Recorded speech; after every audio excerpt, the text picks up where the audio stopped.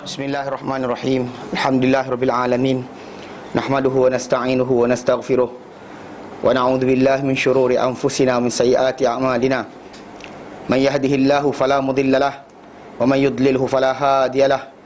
Asyhadu an la ilaha illallah wa asyhadu anna Muhammadan abduhu wa rasuluh. Allahumma salli ala Muhammad wa ala ali Muhammad kama sallaita ala Ibrahim wa ala ali Ibrahim wa barik ala Muhammad wa ala ali Muhammad kama barakta ala Ibrahim wa ala ali Ibrahim fil alamin innaka Hamidum Majid. Rabbi shrah li sadri wa yassir li amri wahlul 'uqdatam min lisani yafqahu qawli, amma ba'd. Alhamdulillah, walaupun kita lewat, kita syukur kepada Allah kerana dapat kita meneruskan kelas pengajian kita berkenaan dengan tafsir surah Al-Baqarah, dan kita sampai itu pada ayat yang ke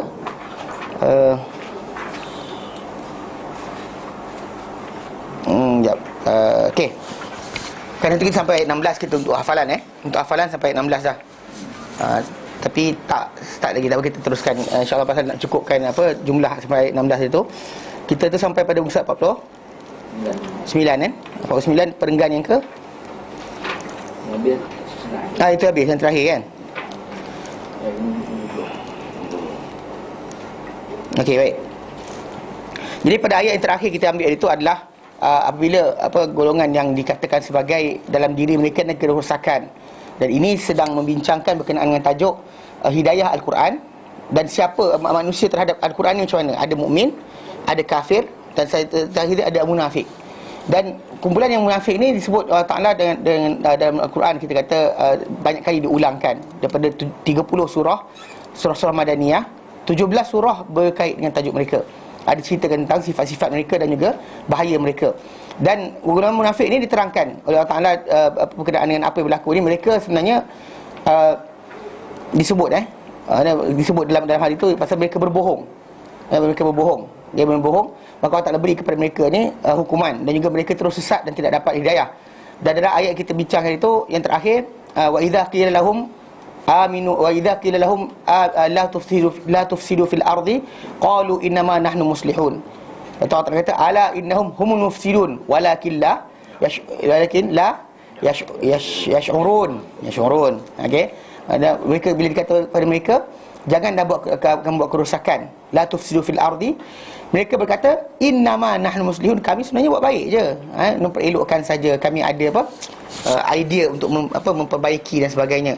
Tapi Allah kata ala, ketahuilah innahum humul mufsidun, ketahuilah mereka lah pembuat kerosakan, walakin mereka la yash'urun, tak menyedari.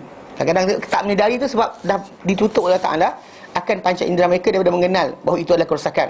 Dan bila dikata kepada mereka untuk beriman pula, mereka pula tolak juga. Wa idza qila lahum aminu kama amanan nas. Lepas tu mereka kata, tapi perbualan ni antara mereka, bukan depan orang Islam. Kalau kita depan orang Islam, Rasulullah dizahirkan terus direct, masalah lah. Kan awal-awal kita dah tahu siapa mereka, tapi pasal golongan ni adalah golongan yang munafik ni, dia punya sifat dia dizahirkan oleh Al-Quran. Mana dan siapa-siapa yang pernah berbual dengan mereka tahu siapa mereka ni. Dizahirkan Allah Ta'ala melalui sifat, bukan dengan nama, dengan sifat saja.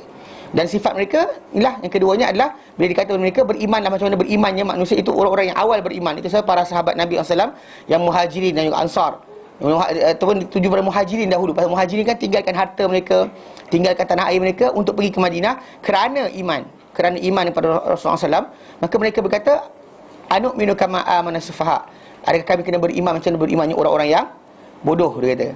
Allah kata ala innahum musufaha, ketahuilah bahawa mereka itulah orang yang bodoh, walakin di sini la ya'lamun, mereka tak tahu, mereka bodoh tapi mereka tak tahu. Mereka merasakan bahawa mereka menyangka bahawa berpura-pura beriman itu boleh menyelamatkan mereka, tapi mereka sebenarnya sedang tipu diri mereka sendiri. Okay? Baik, sambung. Sesungguhnya mereka telah menambah dan sesungguhnya mereka telah menambah di atas kebodohan mereka dan penipuan mereka dan juga pemburukan, mana mereka menipu, memburukkan pula orang beriman. Mereka dahulu menghadap golongan beriman yang berada hampir dengan golongan beriman. Mereka menghadap golongan iman, dan mereka berada hampir dengan golongan beriman. Mana duduk dengan orang beriman, menghadap orang beriman, mereka akan menzahirkan di hadapan golongan beriman dengan iman yang benar. Jumpa orang beriman, dia tunjukkan iman yang benar. Zahirnya tengok solat berjemaah, kedudukan dia akan buat semua sekali. Depan orang beriman, semua sekali, perfect. Okay? Bila berhadap orang beriman, dia akan tunjukkan dia beriman. Okay? Iman yang benar. Apabila berkesendirian dengan syaitan-syaitan mereka yang Yahudi, mereka berkata, sesungguhnya kami bersama kamu.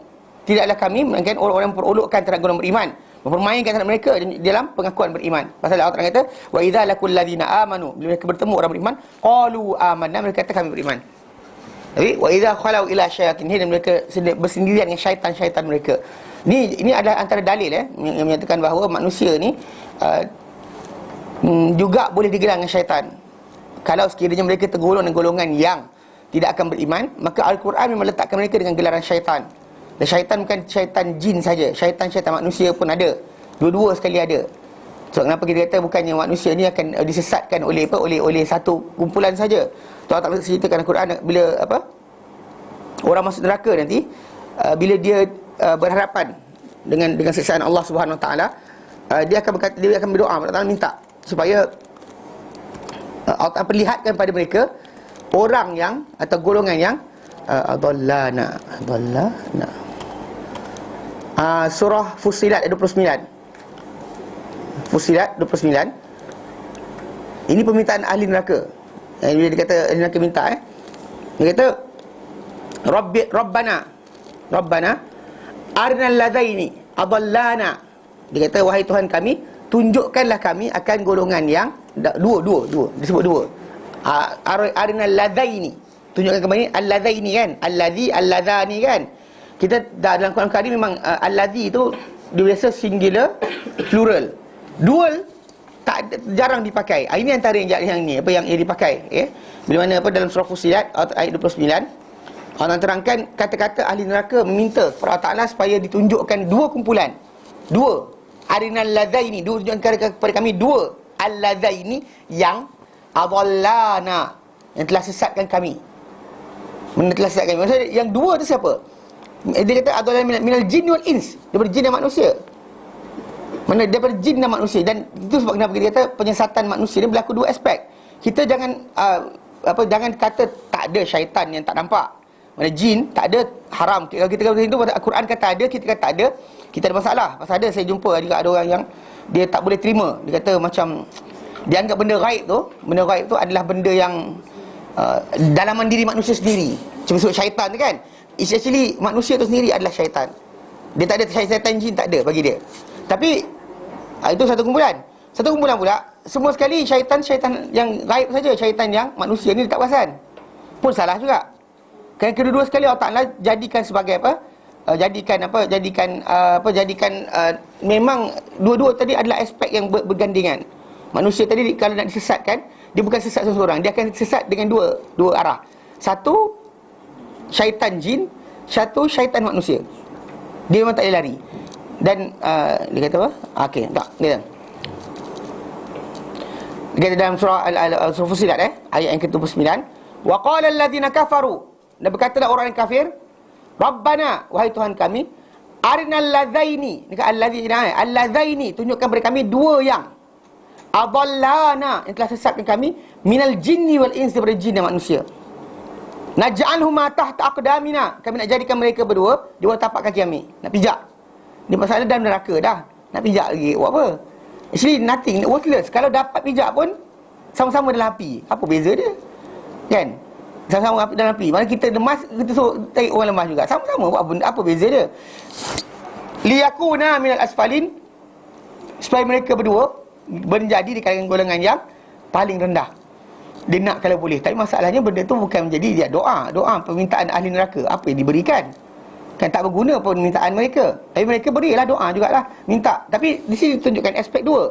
Mana satu daripada jin dan manusia memang ada. Dan juga dalam apa? Dalam ayat yang lain Allah Ta'ala nyatakan, dan demikianlah wa kadzalika ja'alna likulli nabiyyin aduwan, dan demikian kami jadikan untuk setiap para nabi ni musuh aduwan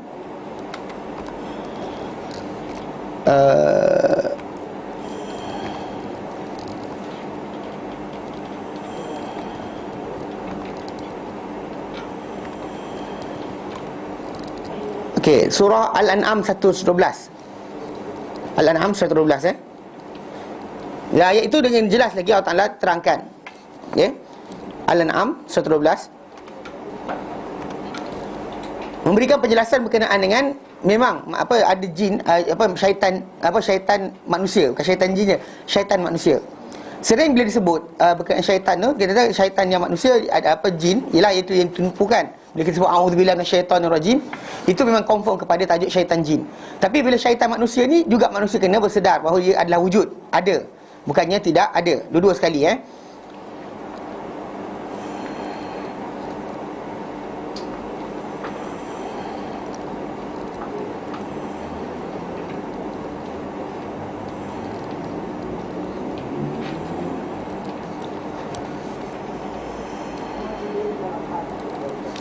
Allah Ta'ala nyatakan a'udzubillahi minasyaitonir rajim. Wa kadzalika ja'alna likulli nabiyyin aduwan syayatinal insi wal jin. Demikianlah kami jadikan untuk setiap nabi ini musuh. Yang musuh mereka ni syaitan-syaitan, al-ins manusia, wal jin dan juga jin. Yuhi ba'dhum ila ba'din zukhrufal qaul. Yang mewahyukan satu sama lain. Dan mereka mana syaitan jin dapat wahyu dapat ilham daripada syaitan manusia. Syaitan manusia dapat ilham daripada syaitan jin. Kata-kata zukhrufal qaul ghurura, mana kata perhiasan kata-kata, mana idea kata persoalan. Kita dengar benda tu macam biasa. Contoh macam apabila kita kenapa soalan mudah. Kenapa perempuan dapat lebih harta warisan warisan peninggalan ibu bapa ataupun waris, sedangkan zaman kita sekarang contoh macam wanita bekerja, lelaki kurang gaji daripada wanita.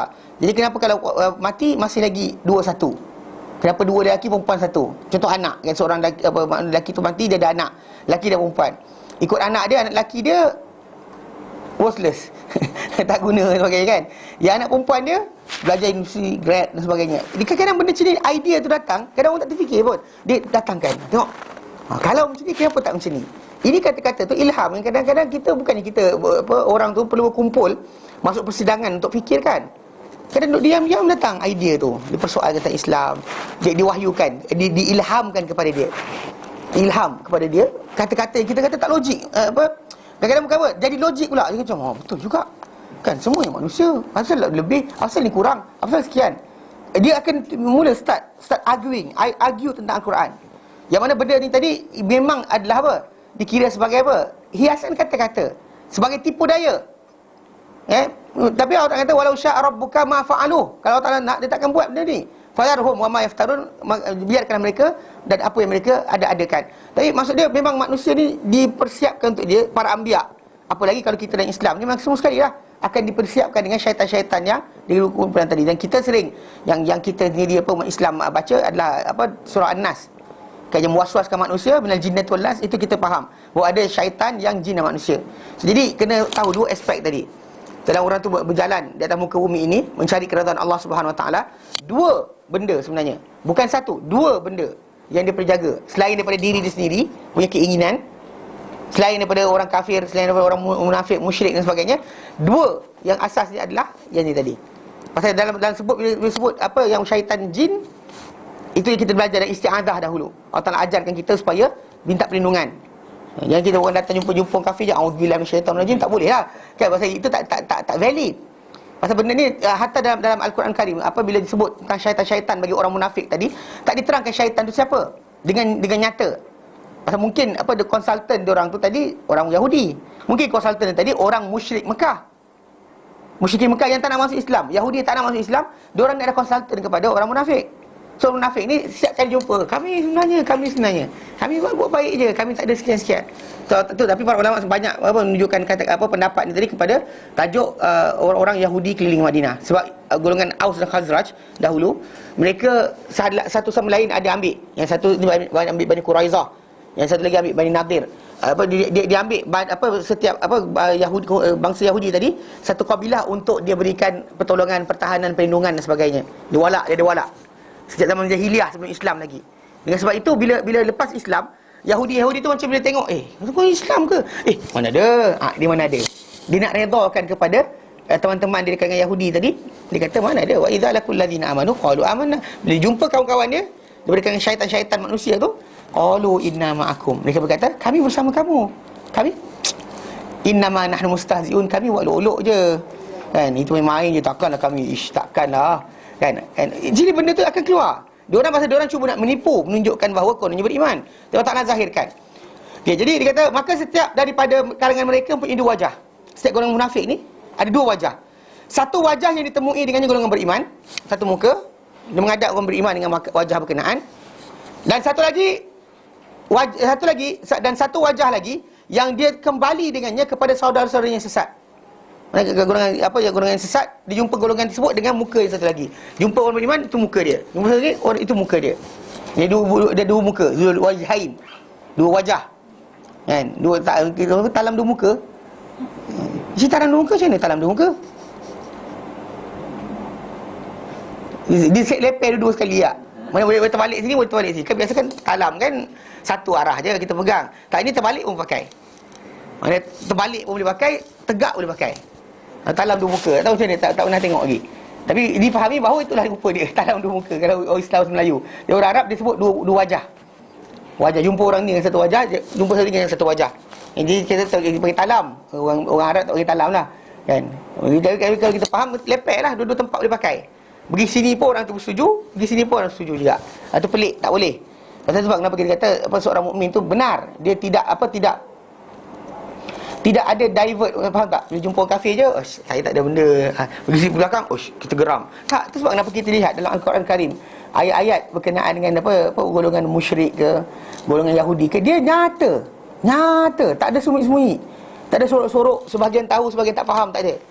Maknanya nyata, siapa baca Quran, siapa belajar Al-Quran, belajar tafsir Quran, tajuk seperti jihad, tajuk seperti pernyataan tentang golongan Yahudi atau Nasrani, sebutan tentang kesesatan mereka dan sebagainya, nyata, tak ada sorok-sorok.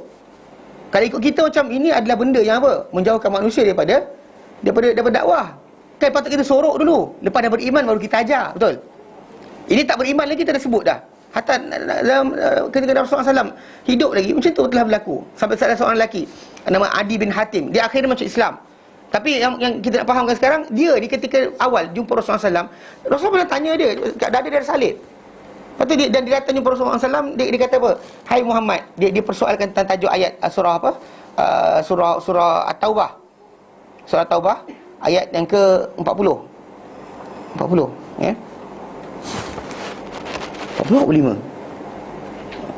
Ruhbanahum.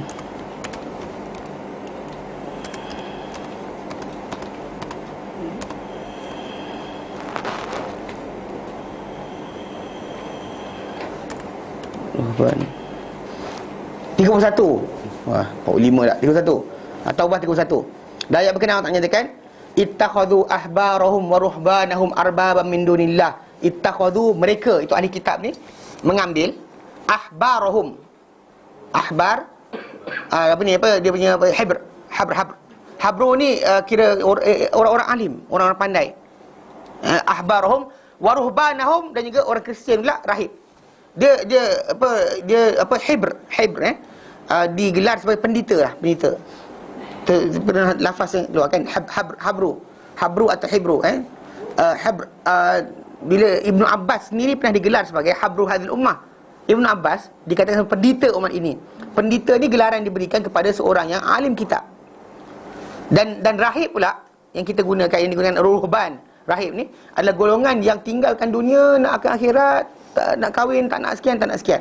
Yang kepada priesthood, yang dalam Christianity. Satu Yahudi, satu Kristian. Satu Yahudi, satu Kristian. Lalu dia datang persoalkan kepada Nabi, dia kata, kau kata ya Muhammad, kami ni mengambil pendeta kami, rahib kami sebagai Tuhan-Tuhan selain Allah Ta'ala. Mana pernah kami sujud pada kaki mereka, dia kata. Dia ni Adi bin Hatim kata pada Rasulullah SAW. Lepas tu Nabi terangkan, Nabi kata, bukankah kalau sekiranya pendeta dan juga rahib tadi, pendeta dan juga rahib tadi halalkan benda telah haramkan, kamu ikut. Adi bin Hatim angguklah. Dan bukankah kalau mereka, itu golongan tadi, haramkan benda telah halalkan, kamu ikut.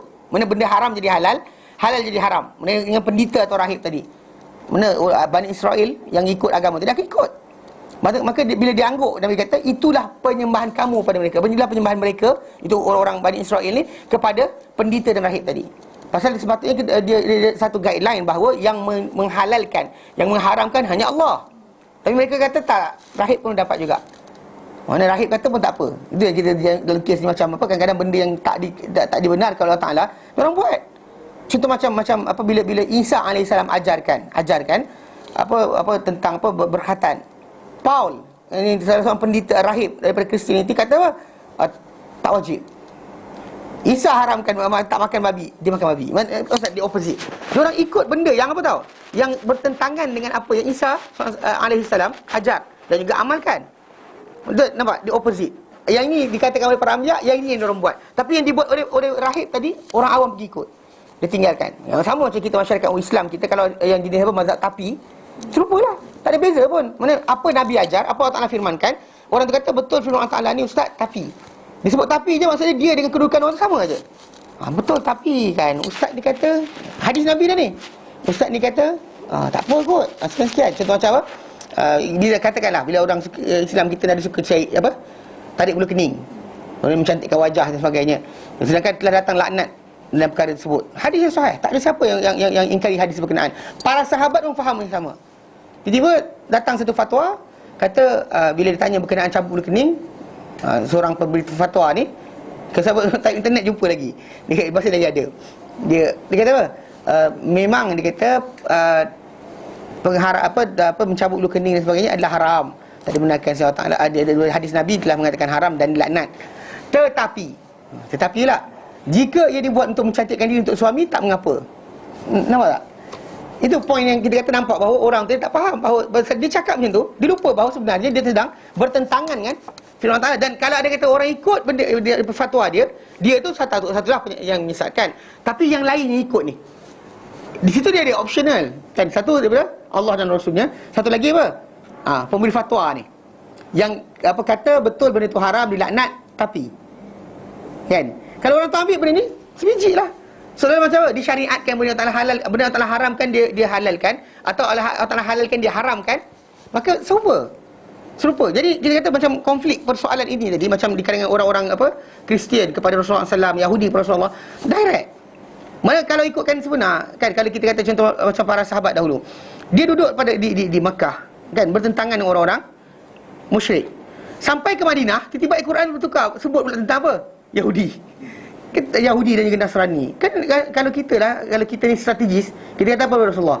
Orang akan kata, ya Rasulullah, letih dah kita gaduh dekat apa? Mekah. Sampai Madinah tak salah sebut orang lagi, betul tak?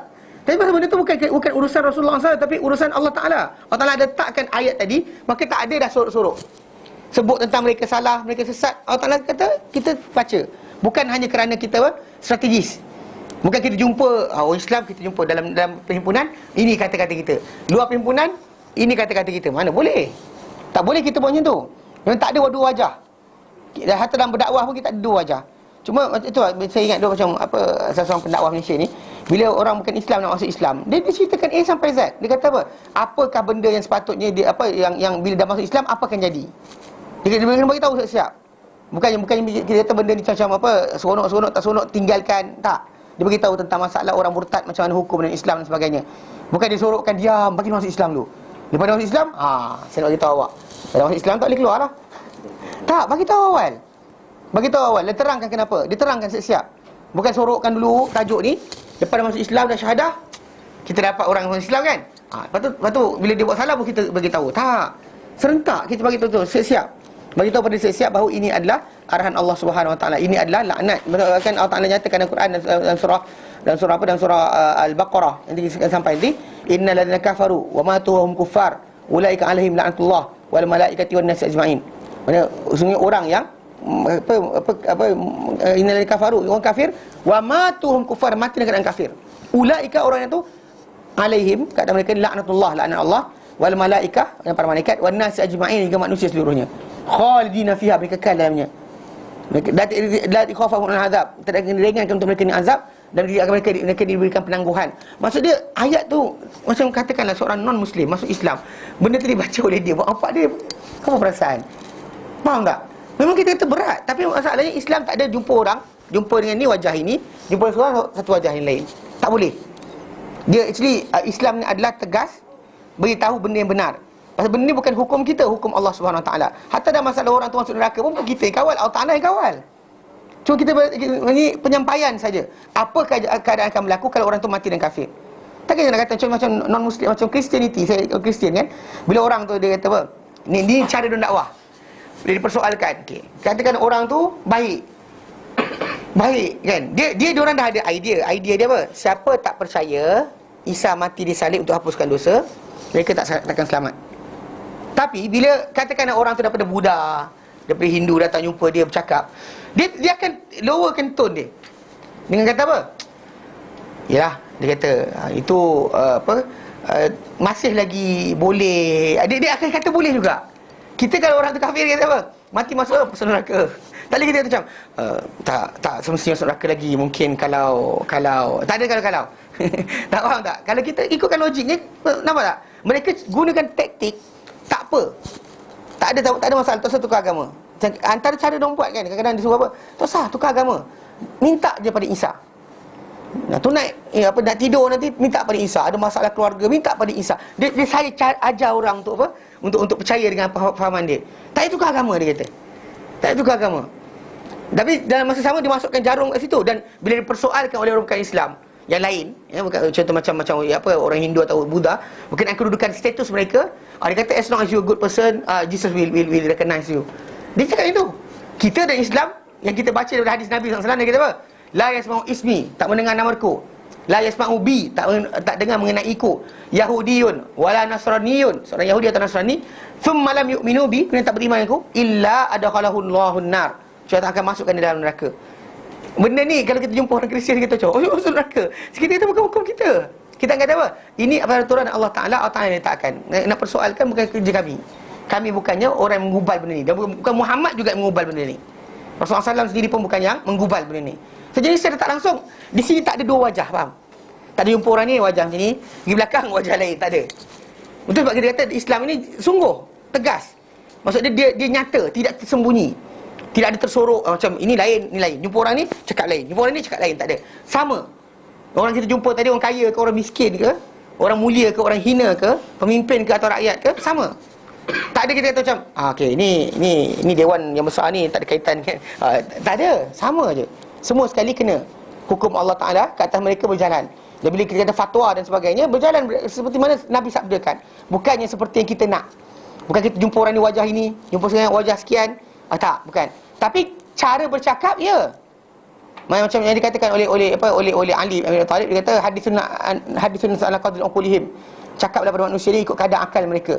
Adakah kamu nak mereka kufur pada Allah Ta'ala? Ikut kadar mereka. Kalau orang ni orang apa, orang kampung, cakap macam mana? Cara cakap, bukannya ubah maklumat tak boleh ubah. Cara bercakap je. Cara kita simpulkan. Contoh macam bila bincang tentang kanser contohnya kan. Bila cakap dengan pelajar perubatan, perbincangan tadi takkan sama macam cakap dengan orang kampung. Bila orang kampung kata, apa jadi pada keluarga saya ni? Apa dia kena? Doktor kata kanser. Tu. Kat mana? Katakan kat perut contohnya. Betul stop situ je. Dia tak ada macam kanser ni adalah sebenarnya macam ni diterangkan sel biologi lah, sel tu berganda. Orang kampung tu macam betul tak? Tengah diterang kepada pelajar-pelajar, dia lain. Dia takkan sama. Macam kita belajar macam ni, macam kita sekarang ni, kita buat ke kelas ni, kita belajar dengan kelas pelajaran, dengan ada buku dan sebagainya, tak sama seperti ceramah umum. Ceramah umum dengan orang ramai, bagi masuk masjid, Assalamualaikum warahmatullahi wabarakatuh, balik. Tak, ini ada bagi buku. Supaya apa? Ada rujukan. Supaya kalau ustaz mati pun, boleh belajar lagi. Maksudnya itulah. Maksudnya kita kata benda-benda dia kita panggil bergaris panduan. So bila penjelasan pun lebih detail berbanding dengan orang yang tak belajar. Kalau tak belajar, kita tak boleh terangkan. Bukan tak boleh terangkan, pasal dia tak tahu, tak nak duduk di kelas, tak kita nak terang kepada A sampai Z. Mana nak terangkan tajuk satu ayat tu mungkin seminggu. Faham tak? Mungkin makan masa seminggu. Tapi untuk orang yang tak belajar, kita yang datang bukan belajar, setakat dengar ceramah saja, kita boleh bentangkan benda tu 1 jam 2 jam, lepas tu balik. Kan tak jumpa setahun lagi baru jumpa. Macam orang datang Ramadan kan, berustaz je bagi tazkirah Ramadan, setahun sekali kita jumpa dia. Bila Ramadan je dia jemput dia datang. Itu biasa berlaku. Pasal asas dia adalah mana kita kata apa, benda tu tadi bukannya kelas pembelajaran. Cara penjelasan satu perkara kepada orang lain berbeza ikut kadar akal masing-masing. Kadar dia maklumat yang dia ada, tahap pendidikan dia. Tapi kita takkan ubah isi kandungan. Tapi bagi golongan yang lain, dia terpaksa ubah kandungan.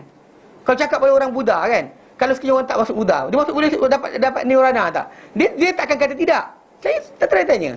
Dia kata boleh. As long as dia bagus, boleh. Datang ke orang Islam, tak boleh.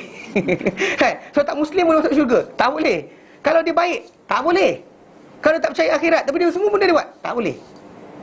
Buang salah satu saja rukun iman, tak boleh. Itu jawapan Rasulullah SAW kepada Aisyah radhiyallahu anha bila Aisyah bertanya berkenaan Ibnu Jada'an. Ini apa dia? Dia salah seorang lelaki, Ibnu Juda'an. Dia ni adalah seorang lelaki yang pada zaman jahiliah dahulu memang orang yang baik, terlampau baik. Hatta yang kita katakan halful fudul, perjanjian yang dibuat oleh orang-orang Mekah untuk bersama-sama membantu siapa yang kena zalim tu, dibuat di rumah dia. Rumah lelaki berkenaan, Ibnu Juda'an, terkenal. Jadi tapi dia baik sungguh, baik. Dia baik sangat. Ialah munafik, musyrik lah, dia musyrik. Dia mati sebelum Rasulullah diutuskan lagi. Bila Aisyah radhiyallahu anha tanya kepada Rasulullah, Rasulullah kata dia dalam neraka. Lepas tu punca sebab apa? Kan dia baik. Nabi kata innahu lam yakul yauman. Dia tak pernah sebut walau sekali pun rabbighfirli khati'ati yaumiddin, wahai Tuhanku, ampunkan dosaku pada hari kiamat, pada hari pembalasan. Dia tak percaya akhirat. Tak ada doa, lafaz ni tak keluar daripada mulut dia, maka terus ke neraka. Walaupun dia baik macam sekalipun. Kita ada macam compromise. Kan macam tadi kan, kita cakap dengan non-muslim yang agama dia compromise. Dia jumpa kita cakap lain. Di dalam gereja dia cakap lain, dalam kuil dia cakap lain, luar kuil cakap lain, supaya boleh attract orang. Itu beza kita dan Islam ni, putih ke hitam, hitam ke putih sama je. Cuma masalah kadar penyampaian. Ya. Kita akan bezakan kadar penyampaian untuk orang yang telah Islam dan sebagainya. Gila kalau bukan Islam start tajuk, kalau tak masuk neraka, tak masuk Islam kafir terus, masuk neraka. Masalah lah, start dulu dengan tajuk masalah ketuhanan. Kenapa anda mesti beriman? Siapa Tuhan yang sebenar? Siapa utusan Tuhan? Itu kita bincangkan step macam tu. Sudah telah dia tahu siapa Allah Ta'ala, siapa pencipta alam, apa tanda-tanda dia, apa bukti-bukti dia.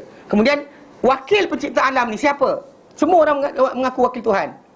Kan? Kalau kat Indonesia tu banyak kumpulan kan, yang mengaku malaikat pun ada. Saya ingat dulu apa, Okey Amin Jamaluddin dia cerita apa? Dia kata polis Indonesia paling hebat di dunia. Sebab apa? Tangkap dua nabi, satu malaikat. Dia kata kat sana sistem dia kalau ada orang sesat, dia kumpulkan tanda tangan pada semua kumpulan Islam ni, tanda tangan petition ke mahkamah, hantar ke mahkamah laporan dan sebagainya, polis akan tangkap. Tak cakap banyak.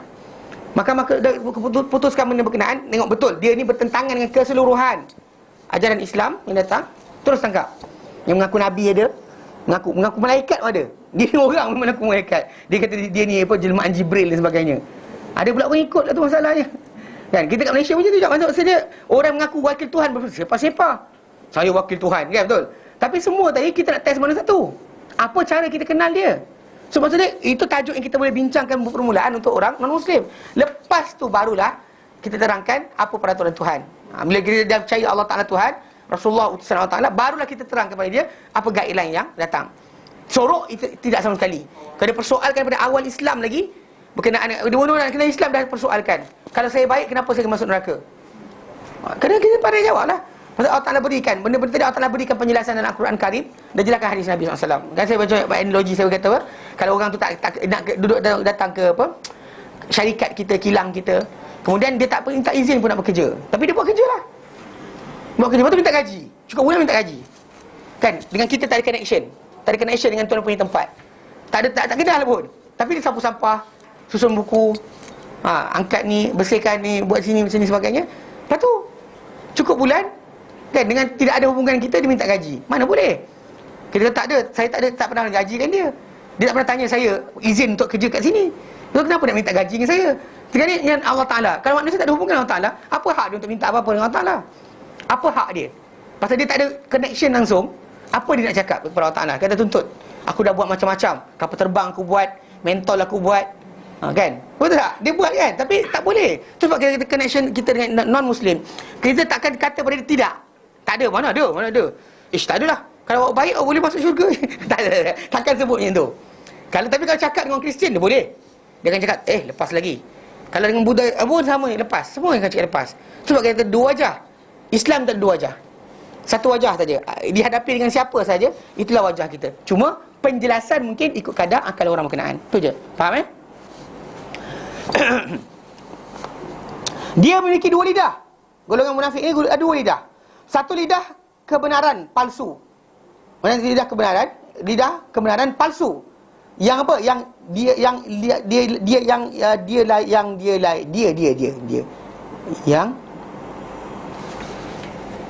dia ada perkataan dia tu. Dia layani orang Islam dengan zahirnya. Dia layan orang Islam dengan zahir lidah berkenaan. Amanna. Amanna. Okey. Dan satu lagi lidah pembohongan tipu daya.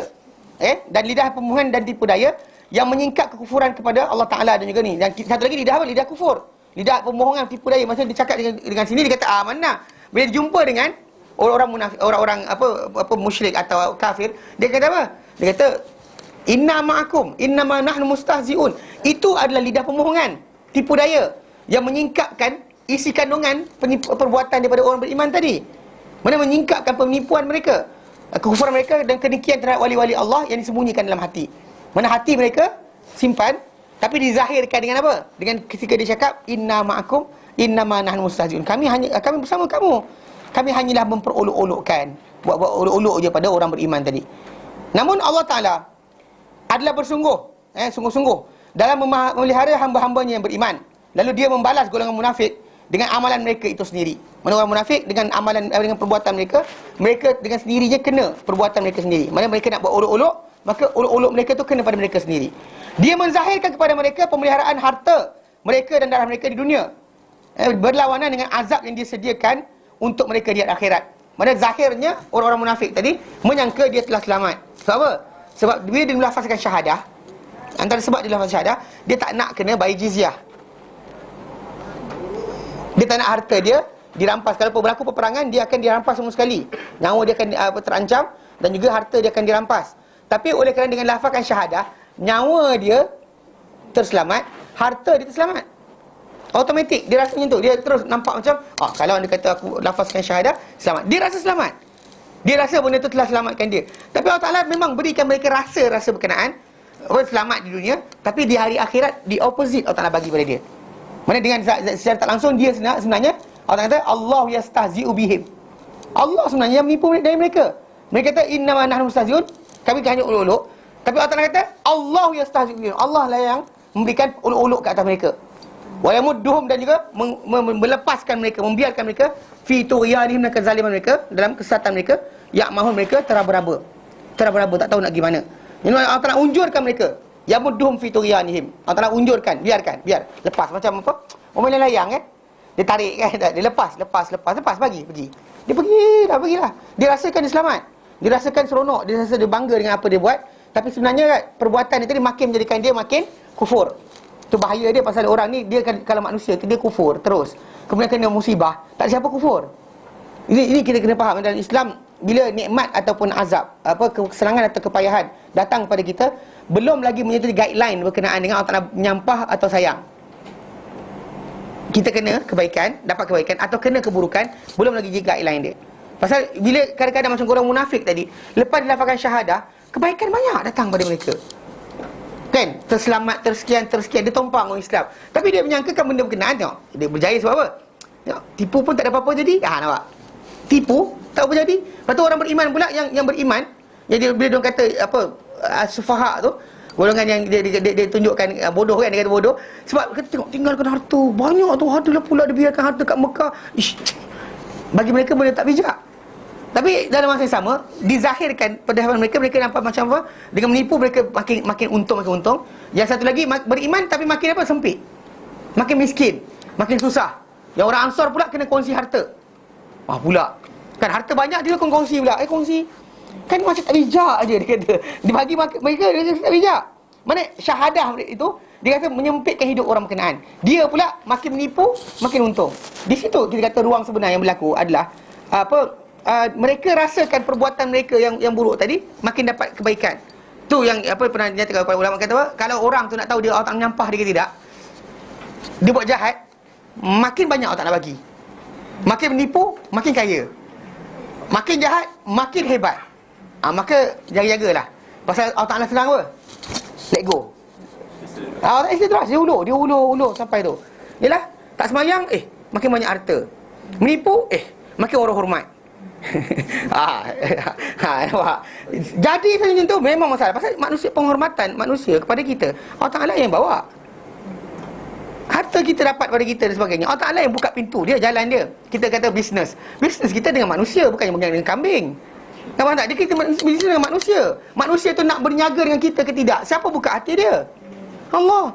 Ada orang kita buka-buka jumpa je, dia tengok muka kita, dia nyampah. Aku nyampah tengok orang tu, kan? Kita punya barang punya banyak boleh berniaga dengan dia, tapi dia tengok muka kita. Okay, betul tak? Tapi ada orang, kan, yang memang tak senonoh, tapi orang nak je berniaga dengan dia. Menipu 3-4 kali, lepas dah. Buka sistem skin cepat kaya, cepat, kan? Berkali-kali dia buat, lepas. Boleh buat bangunan lagi. Lepas tu lepas tu, kan, dia buat MLM, kan, dia makan tu dia hilang. Lepas tu buka pula baru. Dia buat kat sini satu, pop dia lari. Kan dia piramid, kan, dia makan. Lepas tu lama-lama nanti orang bawa bising juga tak dapat. Kan, dia lompat buat baru pula. Lepas tu lompat buat baru pula. So in the end, tidak pernah tamat. Benda tak pernah tamat. So dia makin jahat, makin kaya, makin jahat, makin dihormati, jaga-jaga. Pasal tu Allah kata apa? Allahu yastahzi'u bihim, pada orang munafik ni, Allah perolokkan mereka, wa yamuddu, Allah lepaskan mereka fi tughyanihim, dalam kesesatan mereka, ya'mahum, mereka teraba-raba. Pasal mereka diunjurkan, dilepaskan mereka untuk apa? Untuk mereka terus memanjangkan. Dia unjurkan untuk mereka, dia manjangkan pada mereka dalam kekufuran mereka serta pelampauan mereka terhadap had, batasan-batasan Allah Ta'ala berikan, tak benarkan cakap benda yang tak betul. Dia langgar, tapi tak mati, tapi tak sakit, tapi tak apa benda. Maka makin dia akan jadi rasa tak ada apa-apa pun. Itu tak ada apa-apa pun yang akan menjauhkan dia. Dan dia kata apa? Dan dia membolehkan mereka untuk perkara-perkara maksiat. Mana Allah Ta'ala benarkan mereka buat maksiat. Kan buat jahat pun lepas. Kena peliknya orang ni lepas lagi. Okey, Allah Ta'ala benarkan. Tak benarkan tangkap. Ada orang tu buat jahat sekali je. The first time dia buat kena tangkap. Itu maksudnya Allah Ta'ala sayang dia. Dia Allah Ta'ala suruh dia stop, lepas tu tak boleh buat dia. Yang kata dia buat jahat, Allah Ta'ala benarkan dia buat. Itu bahaya. Lepas buat sekali, lepas. Kali kedua buat lepas. Kali ketiga buat lepas. Menipu orang percaya. In the end last sekali tak ada had. Dia akan makin jauh. Allah Ta'ala benarkan mereka buat benda berkenaan. Supaya apa? Membolehkan mereka untuk perkara-perkara maksiat dalam keadaan mereka buta dari petunjuk, dan mereka kehairanan antara kufuran atau iman. Dia orang tengah was-was. Betul ke tidak, tapi tak ada apa-apa pun jadi. Terus Quran lah. Kalau dia kata Allah Ta'ala bagi, dia kufur saja, tiba-tiba langgar perintah Allah Ta'ala saja, tiba-tiba sakit. Terus bertaubat. Artis bertaubat. Kan, artis banyak yang lepas kena penyakit dan sebagainya, taubat kan. Kalau tak sakit, tak taubat kot. Tak, betul serius. Ada manusia tinggal kadang Allah Ta'ala berikan dia hidayah dengan penyakit. Kena penyakit, dia pun macam, tak boleh. Dia ingat mati, ingat sikit. Ada orang tu tak ingat mati langsung. Sebab Allah Ta'ala tak bagi dia sakit sikit pun. Panjang tahun, berapa tahun dia bekerja dan sebagainya, buat apa aktiviti dia buat, tak sakit seorang pun tak sakit. Tak ada apa tak ada gemuk badan, tak ada sekian. Happy je. Happy. Itu bahaya, jaga. Pasal apa? Dia makin jauh. Sampai sekali, saya Muslim. Bila saya nak pakai tudung, suka hati saya. Saya rasa, dia cakap yang tu. Sebab apa? Saya tak sakit lagi. Cuba terlantar dekat hospital kan, kena penyakit, buah pinggang ke, sakit sekian ke, ada start macam alamak apa jadi ni kan. Mula ingat Tuhan. Tu masalah yang berlaku. Tapi maksudnya bila Allah Ta'ala berikan benda berkenaan, dia sayang, dia suruh kita berhenti. Kalau Allah Ta'ala biarkan benda tu berlaku, maksudnya dia tak sayang. Dia biarkan kita kufur dan terus macam berlaku pada orang munafik. Mana maksudnya secara tak langsung mereka buta. Dan Allah Ta'ala nyatakan dalam surah Ali Imran ayat 178, Allah Ta'ala kata innama numli lahum liyazdadu ithma. Kami hanya biarkan mereka macam tu, berterusan macam tu, supaya mereka bertambah apa? Dosa. So mereka bertambah dosa, Allah Ta'ala biarkan supaya dosa dia makin bertambah. Itu cara Allah Ta'ala letakkan. Ini yang dikatakan, diorang kata diorang tipu Allah Ta'ala, tipu orang beriman. Tapi sebenarnya siapa yang kena tipu? Diorang yang tipu sendiri. Pasal mereka merasakan kebaikan tadi adalah segala-galanya. Dan kita kena ingat, mana kebaikan apa Allah Ta'ala beri kat dunia ni bonus sebenarnya. Bonus. Kalau anda kata nak diberi, dia beri. Tak diberi pun, kita masih lagi hamba Allah Ta'ala. Matlamat akhir kita akhirat, bukan sini. Kalau tak bagi kat sini pun, jangan gundah gulana, jangan pening kepala. Solat dah. Puasa Ramadan, puasa dah. Haji pergi. Apa salah kita punya hidup tak kaya-kaya? Siap. Ini kadang manusia salah faham. Diingatkan bila kita kata mukmin mesti kaya. Siapa kata? Ya, para sahabat ada yang kaya, tapi bukan semua. Dan kita sebut nama-nama para sahabat yang kaya, tapi bukan semua. Tapi orang kita kan kadang mindset zaman kita sekarang ni, bila mukmin mesti kaya. Siapa kata? Kan? Siapa kata? Para sahabat beramai baju tak cukup pun ada. Kan? Baju macam Omar Khalifah kan. Dia punya baju ni koyak tu dinikan dengan daun tamar dia punya ni ikat. Itu orang yang Nabi kata syaitan lari tengok muka dia. Kita ni syaitan tu kan lari nak muka kita, kan? Tapi perangai kita rasa saya dah sekian-sekian dah. Actually silap. Itu kita panggil bahayanya bila orang tu dia shock sendiri. Dia rasakan benda amal dia buat tak betul, tapi dia kata apa tak ada apa, nothing happen. Benda ni bahaya. Pasal kadang-kadang orang dan macam ukuran tadi, ukuran kebaikan dengan harta, dengan apa, kuasa, dengan penghormatan manusia dan sebagainya, tak, bukan itu. Nabi orang paling dia apa, paling disayangi Allah Taala, paling baik. Tapi orang musyrik suka hati je maki dia. Bukan maksud dia kita kata tengok Rasulullah tak betul lah tu. Kalau dia betul, mana ada orang nak maki dia pula. Siapa ajar macam tu, kan? Maksud menunjukkan bahawa benda-benda berkenaan bukannya garis panduan sebenar. Kalau orang tak hormat kita ke, jaga kita dengan Allah Taala dahulu. Masalah dengan manusia tu, kita kata kalau masih tak berlaku juga, maka itu ketentuan Allah Taala. Boleh kita buat baik dah, tapi orang tak nak kawan kita, relax lah. Ni macam aku baik dah rasanya. Kau siapa nak kawan dengan aku? Aku baik dah, pasal rezeki tak ada. Jangan salah faham. Kadang-kadang Allah Taala berikan kesempitan itu untuk apa? Untuk kita terus berdoa dan meminta. Pasal bukan keluasan hidup itu hanyalah matlamat utama dunia. Pasal dunia ini Allah Taala beri pada siapa dia nak dan siapa yang dia tak sayang. Siapa tak sayang, dia sayang, tak sayang kan, diberikan. Tapi akhirat hanya kepada siapa yang disayang saja. Jadi jaga yang sana. Yang sini kita buat apa yang kita patut. Ambil asbab. Tak nak cari makan, pergi keluar. Yang duduk dalam rumah je, ya Allah nak rezeki. Salah lah. Keluar, ambil asbab. Tapi kalau keluar, pergi ambil asbab, pergi jalan, cari sebagainya, tak dapat juga. Alhamdulillah lah. Pahala dah tulis dah. Perjalanan kita keluar tu dah dapat pahala. Okay? Okay. Faham Jadi kita kata secara tak langsung itu asas dia. Mana Allah Ta'ala benarkan mereka berterusan dalam kesesatan, supaya mereka ni adalah orang-orang yang apa? Yang akan hanyut sampai sekali tidak akan dapat lagi patah balik. Itu je. Itu cara Allah Ta'ala berikan kepada mereka ni apa satu benda yang apa? Satu benda keputusan sebenarnya, keputusan yang akhirnya di sana bukan di sini. Diorang rasa boleh menipu orang beriman, tapi sebenarnya Allah Ta'ala jadikan mereka ni apa? Makin sesat dan makin jauh daripada arahan juga perintah Allah Ta'ala. Dan bahkan di hari akhirat mereka dapat opposite dekat dunia. Dunia terselamat, akhirat mereka akan binasa. Dan benda tu tidak perlu dibimbangkan. Bahkan kadang-kadang ada di kalangan mereka ni yang harta mereka, dia punya kedudukan mereka banyak. Bahkan Allah Ta'ala suruh Rasulullah SAW jangan tengok sangat dengan benda berkenaan. Hatta dia kawan kafir sini pun jangan tengok. Pasal kalau kita tengok macam tu, kita akan rasa macam tak cukup ke kita. Tak, jangan. Pasal Allah Ta'ala berikan pada kita kebaikan tu banyak, cuma kita tak perasan. Kita bersyukur dengan benda yang nak dapat. Maksudnya buat kesyukuran apa? Syukur dapat cucu je lah. Memang dah buat lah syukur dan sebagainya. Tapi kena ingat juga, pada diri anda, tubuh badan anda, banyak benda yang tak bersyukur lagi. Mana ada buat syukuran untuk hingus? Tak hingus. Kan hingus kita kata kecil je kan. Tapi kalau tak ada hingus, tuan tahu tak apa jadi daripada paru tuan sekalian? Kering kan? Tak ada hingusan tu, apa jadi? Tapi tak ada orang, pernah dengar siapa-siapa buat kenduri kerana ada hingus? Tak ada kan? Peluh kan? Tarik mata ke, tarik telinga ke, mengantuk ke sebagainya. Air mata. Kan kau tak kebasah 3-4 minit, kejap je. Jenuh juga. Masa dia sekarang ni, secara asasnya banyak benda yang Allah Ta'ala berikan, kita kurang bersyukur sebenarnya. Jangan kita sibuk benda yang tak dapat. Benda yang dah ada tu, jaga dahulu. Faham Banyak dah kita dapat. Jadi kita kata benda pemberian anugerah Allah Ta'ala tadi pada kita cukup banyak. Jadikan itu sebagai pembawa untuk kita terus bersyukur kepada dia, agar kita dapat kebaikan lebih banyak. Ya, Tuhan kata la in syakartum la azidannakum. Kamu syukur kepada aku akan beri tambah untuk kamu. Syukur kamu syukur benda baru. Syukur benda yang dah ada. Syukur benda telah ada. Jelas Baik, kita berhenti kat sini, insya-Allah kejap lagi ada kelas Ustaz Ahmad Hashimi Istamtik bihayatika. Ustaz Rasul pada. Okey. Jadi lepas ni Ustaz Ustaz Hashimi, Ahmad Hashimi, Istamtik bihayatika, enjoy your life. Jadi siapa yang ada masa ke lapangan boleh teruskan datang kelas ni Baik.